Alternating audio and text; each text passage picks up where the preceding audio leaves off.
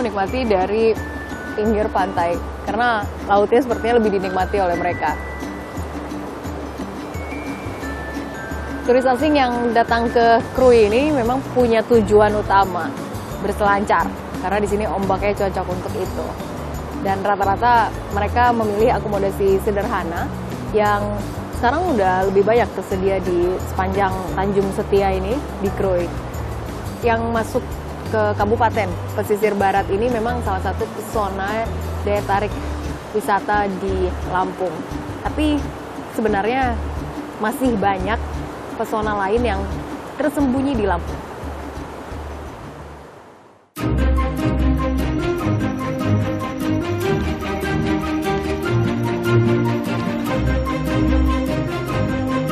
Seperti yang tersembunyi di sini.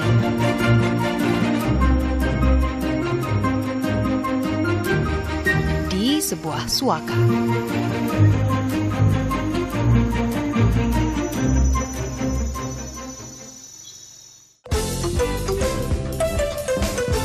Ini ritual pagi Andatu.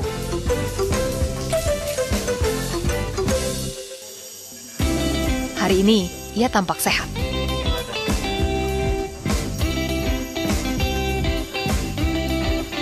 Artinya, waktunya kembali masuk hutan.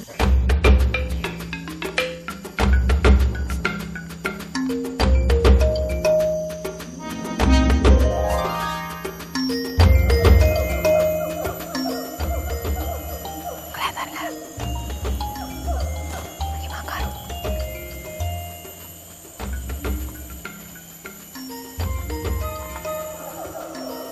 Andatu ini pendatang paling baru di SRS, jadi usianya baru 3 tahun, hampir 3 tahun. Dan Pak Rakimin ini yang mengasuh Andatu dari sejak umurnya 1,5 tahun. Tapi tadi kalau misalnya kita lihat di kandang, Andatu dan Pak Rakimin bisa dekat, dia bisa mendekat ke badaknya. Tapi kalau misalnya di alam liar, Pak Rakimin bilang memang perilaku badak ini bisa berbeda. Jadi sebaiknya kiper berada di lokasi yang agak jauh dari si badak.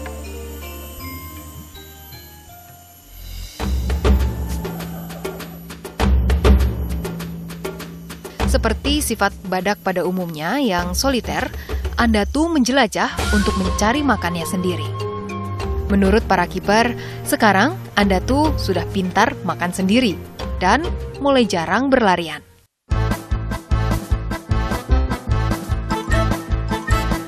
Padahal, seperti ini nih kelakuannya 2 tahun lalu.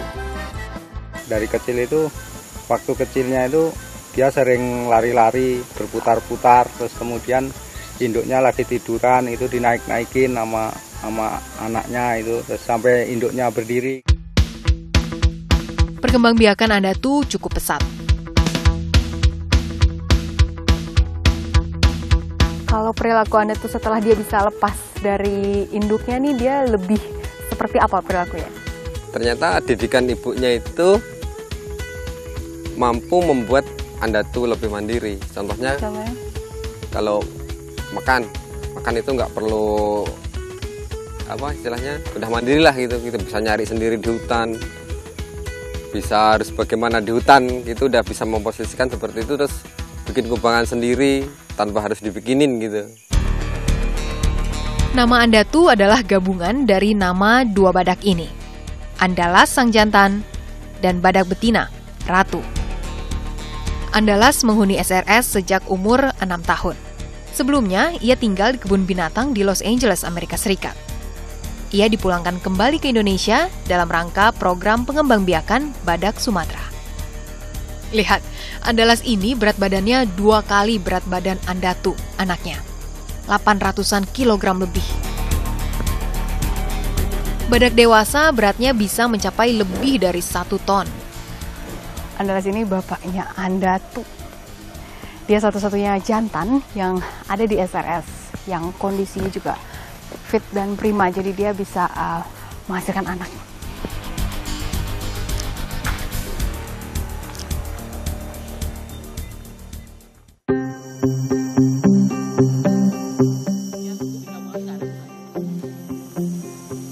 Setelah kelahiran Andatu, kondisi induknya Andatu yaitu Ratu lagi dalam perawatan yang intensif dan dijaga dengan ekstra.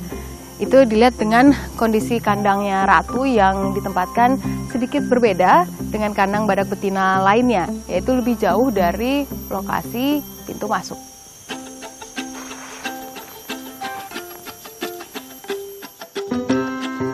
Ini dilakukan tim SRS agar kesehatan Ratu selalu terpantau, termasuk kesehatan reproduksinya. Ratu pernah mengalami keguguran pada 2011. Baru pada 2012, kehamilannya berbuah Andatu. Tak heran, kelahiran si kecil, walau nggak kecil-kecil sekali sih, kehadiran Andatu ini jadi sangat spesial. Karena hadirnya Andatu jadi tonggak keberhasilan program pengembangbiakan badak Sumatera yang dimulai pada 2010. Setiap harinya, para perawat memantau pergerakan Andatu. Asupan makanannya pun sangat-sangat diperhatikan. Badak menyukai tanaman-tanaman bergetah yang mengandung lateks. Begitu pula Andatu. Dari Pak Widodo, saya menyadari habitat badak Sumatera tak semata hutan yang rimbun. Tanpa tumbuhan bawah, badak tidak bisa bertahan hidup. Dulu mungkin waktu badak masih banyak, ada gajah, ada apa, mereka mengelola habitatnya sendiri. Ya. Nah, seperti orang bilang, wah kalau badak itu kalau makan merusak pohon-pohon. Sebetulnya ada maksudnya juga. Ya. Pohon dirobohkan, kemudian timbul sprout, timbul cabang-cabang baru. Nah ini kalau dia muter lagi datang situ, dia makan situ. Okay. Jadi habitat itu sudah satu hal yang sangat penting. Karena sekarang ada intervensi manusia kan, jadi habitatnya tidak lagi bisa mereka kelola dengan sendiri. Ini harus diciptakan habitat yang maksimal buat badak ini. Untuk menjamin ketersediaan pakan badak, SRS merombak area yang dulunya adalah jalur perburuan badak di Rawakidang, Lampung Timur, menjadi area restorasi.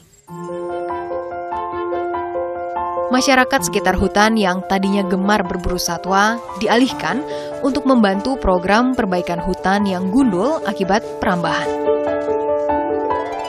Mereka mengambil bibit dari kotoran badak dan menanami lahan dengan tanaman-tanaman favorit badak. Langkar ini sangat-sangat digemari sama badak. Selain itu, badak juga gemar melahap tanaman-tanaman ini.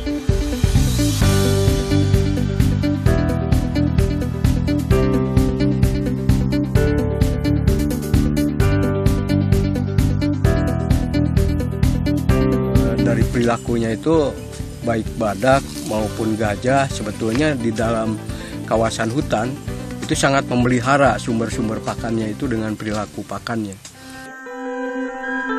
Restorasi hutan jadi salah satu harapan menjaga populasi badak Sumatera yang hanya 35 ekor di Waikambas.